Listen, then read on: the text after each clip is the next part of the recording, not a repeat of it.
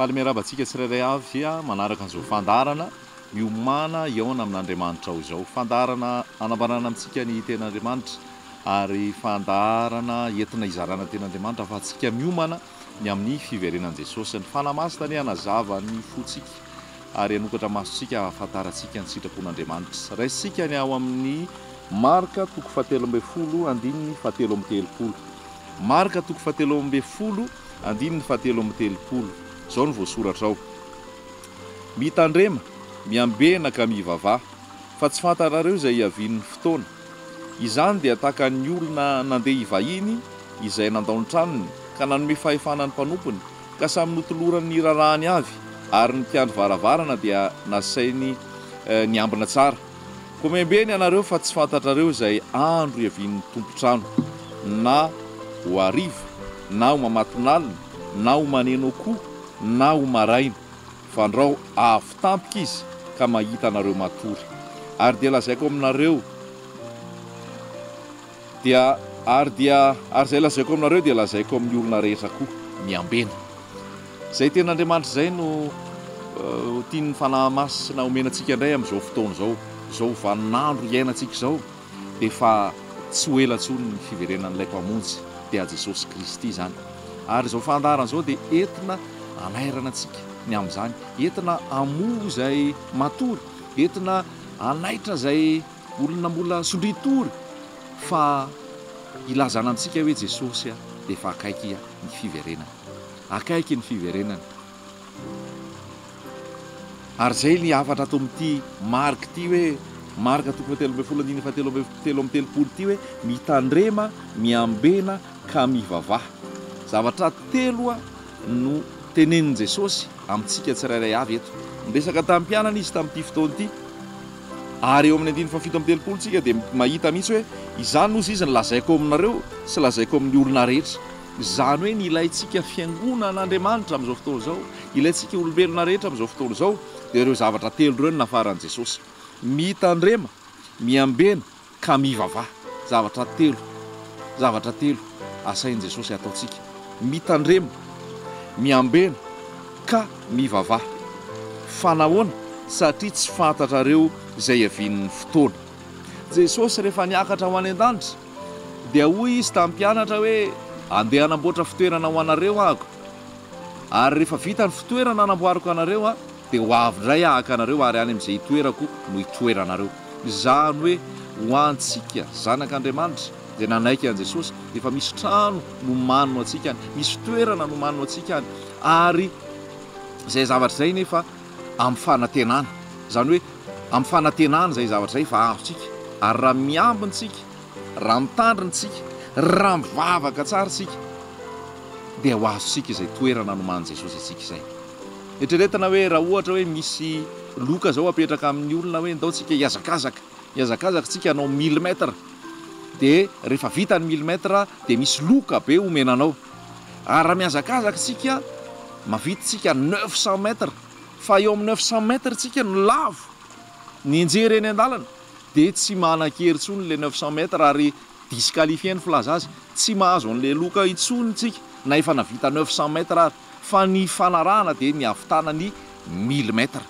Sahala amin'izay koa ny amin'i Jesosy Kristy hoe mila maharitra hatramin'ny farany ao amin'i Jesosy, izay mpianatra Jesosy, izay zandrin'i Jesosy. Ary Jesosy rehefa niresaka eto dia niresaka tamin'ny mpianatra izy, izany hoe ireo olona natsony teto amin'izao tontolo izao ary natsony hitory ny filazantsara. Dia miantso antsika rehetrarehetra izy, tsika tsirairay avy hoe mitandrema, miambena, mivavaha fa tsy fantatrareo izay hiavian'ny fotoana. Ary ny fanoharana napetraka Jesosy eto dia tahaka ny hoe olona ozy izy nandeha tany an-tany lavitra dia navelany teo ny trano dia nanome fahefana izy tamin'ny mpanompony ary samy nomeny raha tokony hatao daholo ny tsirairay avy. Fa le olona nandeha, le tompo-trano nandeha, tsy nilaza izy amin'izao ano avy na amin'izao ano avy. Dia inona zany ny tokony ataon'le mpiandry trano sy le namena asa rehetrarehetra ao an-trano? Ny tokony ataony zany dia miomana foana hoe afaka ray segondra dia tonga ny patron, dia miomana foana izy, so dia amin'le ora fahatongavany iny izy no matory tsy miaino dia ho tampoka amin'ny fiavian'le patron ary lasa hiarany fahatezerana sy ny sazy izy avy eo. hoarin' Jesosy amin'izay koa ny fiainantsika. Napetrantsika eto tany ary rehefa napetrany eto tantsika tsy ho mandrakizay fa misy fotoana nametraka fetrandrony ray hoe amin'izao fotoana izao a ny havian' Jesosy. Io zany raha mijeritsika ny vanim-potoana iainantsika amin'izao fotoana izao dia efa manakaiky ny fiverenan'i Jesosy. Voasoratra hoe any am-parana any ny olona ho tia tena, ho tia vola, ho mpandoka tena, tsy manora isireny, tsy manady izay masina, tsy misaotra, tia fahafinaretana mihoatra noho ny fitiavana an'Andriamanitra, manana toe-panaraka an'Andriamanitra nefa mandany heriny. Zany zavatra zany efa iainantsika amin'izao fotoana izao, efa zavatra misy zany amin'izao fotoana izao. Ny zavatra hitantsika ihany koa efa be ny aretina, be ny fahoriana, be ny ady, be ny zavatra tsy milamina maro be, ary mibetsaka ny fahotana izay misy amin'izao fotoana izao. Ary mbola hitombo foana ny ratsy, manambara zay fa efa akaiky Jesosy. Tsy azontsika sakanana ny ora sy ny fotoana fa mandrosy foana io, fa ny afaka ataontsika dia ny miomantsika.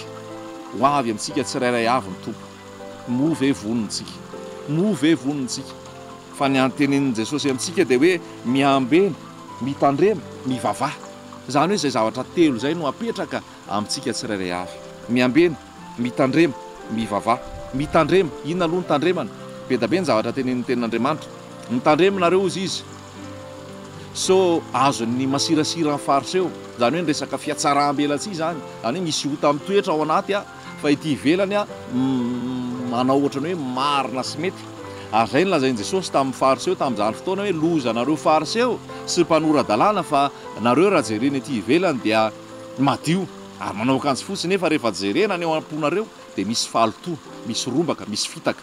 Zany hoe mila tandremana voalohany dia ty fotsika ity. Tenin'Andriamanitra milaza any amin'ny lohabolana any hoe anaka, tandremo ny fonao mihoatra izay tokony ho tandremana rehetrarehetra. Ito mitandrema ito zany dia anisan'izay tenenin'ny tompo izay hoe tandremo ny fo, tsy ao anatin'ny fiasaram-belatsihy, tsy ao anatin'ny fankamamiana oto, tsy ao anatin'ny fitiavana an'izao tontolo izao, fa tena hoe ao anatin'ny fitiavana an' Jesosy. Zay ny zava-dehibe mila apetraka mihitsy hoe rehefa ho avy Jesosy ka ho jereny ny fotsika ve madio. Raha mamakitsika any amin'ny torotenina nataon'i Jesosy tany Ateripo ohatra any amin'ny Matio, dia hozy izy hoe sambatra ny madio am-po fa izy no ahita an'Andriamanitra. Zany hoe ny fepetra tokana azontsika mahita an'Andriamanitra dia ny fahadiovam-po. Eto amin'izao tontolo izao nefa tsika be da be ny zavatra mifafafy sy mifamaofao mahatonga an'ity fo ity aloto. Dia ny mila tandremana voalohany zany dia io fo io. Misy ny mety mankahala, misy ny tsy tia, misy ny manaratsy, misy ny mety mahatezitra, fa tandremo ny fonao mihoatra izay tokony ho tandremana. Raha noana ny fahavalonao izy omeo hanina izy, raha mangetety izy omeo rano hosotrony. Hoy izy hoe tiava ny namanao tahaka ny tenanao, hoy izy hoe tiava ny fahavalonareo ary mivavaha ny fahavalonareo, mivavaha ho an'izay manisy ratsy ianareo. Zany hoe mafy zany, mavesatra zany, fa rehefa manana an' Jesosy tsika dia tiana dia ny fahavalo ary. Tsy hisy lolo-po, tsy hisy tsy fitiavana, tsy hisy fankahalana, tsy hisy firehareana, tsy hisy fizahozahoana, fa tena hoe manaiky an' Jesosy, tandremo ny fo mihoatra izay tokony ho tandremana. Fo madio dia davy ny tompo. Mbola te hanampy an'izay ihany tenin'Andriamanitra ao amin'ny Luka 4:20 manambara ihany koa Jesosy mialohan'ny faraparan'ny alohan'ny alany teto amin'izao tontolo izao dia miresaka izy momba ny fiverenan'ny fanondroandray. Dia izao no nambarany eo amin'ny Matio 4:4-7. Mitandrema fandrao ny fonareo ho vesara ny vokatry ny fisotrotoka sy ny fahamamona ary ny fiahiahiny izao fiainana izao, ka ho avy tampoka aminareo tahaka ny fandrika izany andro zany. Zavatra anankiray asain'ny tompo tandremana ihany koa, tandremo ny fonareo izy ho vesara ny fisotrotoka sy ny fahamamona sy ny fiahiahiny izao fiainana izao. Zany hoe be da be ny fiainantsika isan'andro san'andro matoa napetraka teto an-tanysika dia misy zavatra famaofao, misy zavatra mety mampiady-tsaina, misy zavatra manahirana, misy zavatra manavesatra, misy zavatra mahavarianantsika. Fa Jesosy miteny mihitsy hoe tandremo nareo tsy ho voasara ny fiahiahina izao fiainana izao. Tenin'Andriamanitra milaza any amin'ny epistily any hoe apetrao aminy fanahinareo rehetra fa izy ny miahy anareo. Raha misy zavatra mampalahy, raha misy zavatra manavesatra, raha misy zavatra manahirana, eto eo amin'i Jesosy zany. Apetrao aminy ny fanahinareo rehetra fa izy miahy anareo. izy miay anareo tandremo ny fotsy hovesarany zany ka rehefa mavesatra an'izany ny foa dia lasa misy fahalitoana misy fahotana amin'ny toetra misy tsy fiambenana intsony dia hoy izy hoe mitandremo fandrao ny fonareo vesarany vokatry ny fisotrotoka sy ny famamona zany hoe fisotrotoka ny famamona mazava ho azy zany nefa tsy misy azavaina be intsony dia manafatra amintsika ny tompo amin'izao fotoana izao aiza ho aiza raha ho avy Jesosy afaka 10 sekondra movonina ve a raha ho avy izy afaka adiny ray movonina ve a raha ho avy izy amin'ny 2015 movonina ve a raha mbola afaka raha efapolo taona movonina ve a fa tsy fantatsika ny ora sy ny fotoana ny ray andro eo amin'ny tompo tahaka ny arivo taona tahaka ny ray andro fa mila miambontsika fa marina zany tsy anganongano ny zaraina amintsika tsy resaka fotsiny ny zaraina amintsika fa ty tenin'ny ray ity baiboly ity marina daholo zay voasoratra ato zay faminaniana voalaza tato misy ny efa tanteraka ary misy ny andalam-patanterahany misy ny ho avy tsy ho ela rehefa niteny Jesosy hoe ho avy izy eny amin'ny raolanitra dia ho avy izy movonina ve tsika movonina ve tsika movonina ve tsika fa ny ambarany amintsika fiadina omeny antsika dia mitandrema tandrema amin'ny fahotana mitandrema amin'ny fo tandrema amin'ny zavatra maro isan-karazany miambena ka mivavaha miambena ten'Andriamanitra milaza any amin'ny Peterany hoe miambena ianareo fa ny devolo fahavalonareo mandehandeha tahaka ny liona mierona mitady izay harapany zany hoe mety efa nanaiky an' Jesosy ihany aho efa nibebaka aho manaraka an' Jesosy aho fa raha tsy miambina amin'ny masoko nijeren'ny masoko ve ankasitrahan'Andriamanitra nijeren'ny masoko ve mampandroso aho nijeren'ny masoko ve mitarika anahy ho any amin'ny fiainana sa mitarika anahy hanota mitarika anahy ho any amin'izao tontolo izao mitarika ho any amin'ny fahaverezana dia miambena zay mahatonga mpanao salamo miteny hoe avolio masoko tsy hijery zava-poana izany hoe io maso io nidiran'ny fahotana avy amin'io maso io nidiran'ny fahotana io maso io nalava an'i Davida rehefa nahita amin'ny Batseba nandro izy dia hitan'ny masony le izy dia nisy filana tao anatiny dia nisy faniriana tao am-pony dia nitorotoroana le faniriana dia lasa tao amin'ny fahotana izany hoe io maso io anankiray tena hidiran'ny fahotana io dia mila miambontsika ankasitrahan'ny tompo ve ny zavatra jeren'ny masoko ankasitrahan'ny tompo ve ny ao am-poko tandremo ny ao an-tsaina sy ny eritreritra ho ankasitrahan'ny tompo mandrakariva miambina zany amin'ny zavatra jeren'ny maso miambina amin'ny zavatra saintsaina miambina amin'ny zavatra ao am-po miambina foana satria raha amin'ny io raha tongava an' Jesosy iny tsika ka ao anatin'ny fahalotona ny eritreritsika ny zavatra jeren'ny masotsika dia zay le tampoka ary zay le hoe matory dia mila miambintsika tandremantsika mba tsy ho variantsika be da be ny fialamboly apetraka izao tontolo izao be da be ny fialamboly lasa miditra ao anatin'ny fiangonan'Andriamanitra tsy mifantoka ny amin'ny fanjakan'Andriamanitra fa lasa variana amin'ny zavatra kilalao amin'ny zavatra mahafalifaly amin'ny zavatra mahafinarinaritra ka raha ao anatin'ny fialamboly tsy miorina tsara ao amin'i Jesosy dia lasa tampoka amintsika le izy dia mila miambontsika ny amin'izay mivavaha hoy Jesosy mivavaha fa tsy fantatrareo ny fiaviana Jesosy rehefa tao Getsemane dia nivavaka izy mba hazoany hery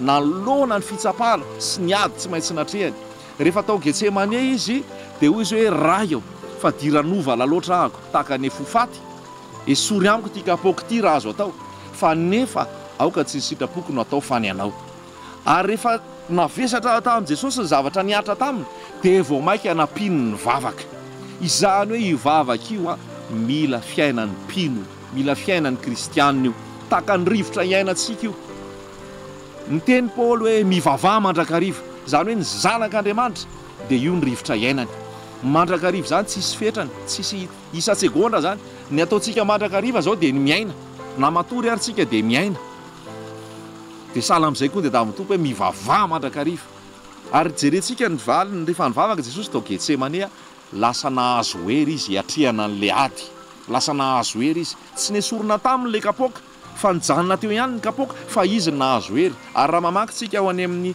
filazantsara any amin'ny Luka any rehefa nivavaka Jesosy naniraka anjeliny ray nanohana an' Jesosy nanohana azy ho atsika tsirairay avy koa fantatro fa betsaka ny aditsika betsaka ny fitsapana betsaka ny mahavesatra fa rehefa mivavaka tsika dia ny tompo manohana atsika ny tompo mame hery atsika afahatsika mijoro amin'ny fahamarinana mijoro amin'ny fahamasinana zavatra manaraka an'izay momba ny fiverenan'i Jesosy io ihany dia izao ny zavatra voasoratra koa atao amin'ny Luka 7:70 andininy fa 4:30 lazaiko aminareo fa amin'izany alina izany isy roa lahy amiray fandriana, ny anankiray ho raisana ary ny anankiray ho avela.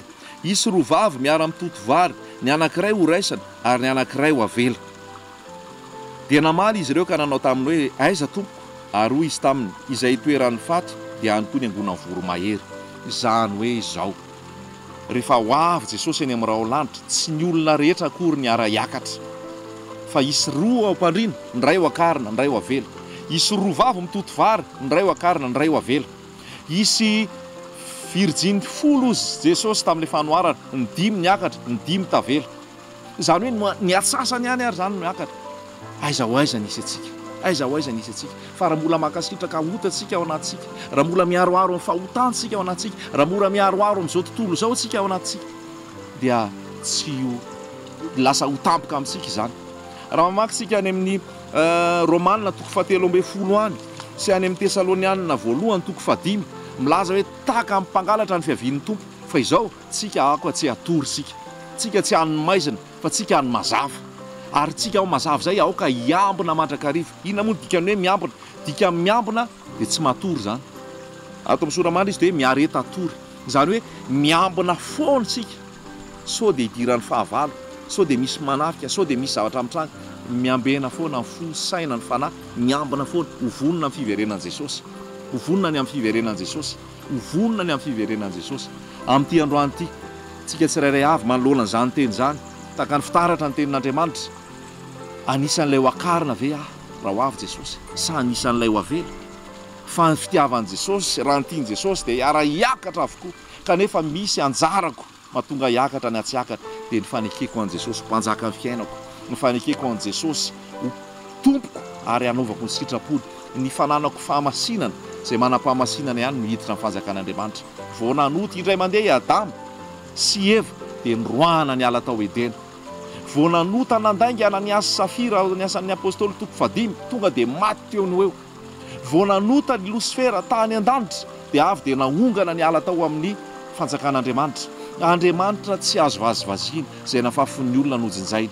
Andriamanitra tia ny olona rehetra vonjena, fa ny takian'Andriamanitra dia ny fahamasinana. Araka ny fahamasinan'ilay niatso anareo, aoka ho masina koa ny rahatena rehetra. Izany hoe le fahamasinana dia le tsy fiarorona amin'ny ratsy, tsy fiarorona amin'ny fahotana, tsy le firaisana tsokombakomba amin'izao tontolo izao, fa tena hoe fanekenan'i Jesosy ho mpanjaka ao amin'ny fo, fanekenan'i Jesosy ho mpanjaka ao amin'ny fo, ary hitandrana antsika. Tsy alahady ihany tsika vao hiaona amin'i Jesosy, tsy alahady ihany tsika vao hivavaka, tsy alahady ihany tsika vao hitandrina sy hiambina, na hoe sabotsy na andro hafa, fa isan'andro raha mbola miaina koa dia hiambina foana, hiambina foana, hiambina foana, hivavaka foana, hitandrina foana. Satria ny devoly ingeny ny devoly efa vita, ny devoly any amin'ny elo, any amin'ny afo ny fariny rehetra afo misy azy, ary tia no any daholo ny olona rehetra, fa ny Jesosy tia no any amin'ny daholo ny olona rehetra. Nomena safidy ianao amin'ity androany ity, fidio Jesosy, safidio Jesosy, fa rehefa manana an Jesosy ianao, voavela eloko, manana fiainana mandrakizay, ary rehefa ho avy izy eny amin'ny raony lanitra dia hovainy indray mpimaso sika, dia hiara-hiakatra amin'i Jesosy eny amin'ny raony lanitra. Fa ny olona masina ny tia no akarina, ny olona tsy ny olona maka ala fahotana, ny olona niambina, ny olona nitoetra tao amin'ny fahamarinana, ny fahamasinana, ny fahadiovam-po, ny fahafahanao mahavita ny fahamarinana, ny fahadiovam-po, ny fahamasinana, ny fanananao ny fanahy masina ao anaty, ny fanananao an Jesosy ao anaty. Ary Jesosy tsy mandana iza na iza izay manatona azy tsy ho laviko mihitsy. Manatona an Jesosy, maneke azy, ary ianao izay efa ao amin'i Jesosy aza mihetsiketsika ao tsony, fa mitoera ao, fa ny safidy ny anjara tsara ianao izay tsy esorina aminao tsony, ary rehefa ho avy Jesosy dia ho faly ianao, hiadana ianao, ho sambatra ianao, ary hoy Jesosy hoe midira ny fifalian'ny tomponao ho any amin'ilay fitoerana nomanintsika, feno fiadanana, feno fahasambarana, feno filaminana, tsisy alahelo, tsisy tomany, tsisy ranomaso, tsisy aretina, tsisy fahafatesana, fa fiainana mandrakizay raha ao amin'i Jesosy. Fa raha tsy ao amin'i Jesosy dia izay rehetrarehetra lazaiko dia izay no hiatra. Anjaratsika ara no misafidy, fa mbola tombonandro mety zao, mbola fotoana mety zao anekenan Jesosy, fa tsy hanenenanao zany, fa tsara Jesosy, tsara Jesosy, izy no mpamonjy. Ho azy ihany ny voninahitra. Amen.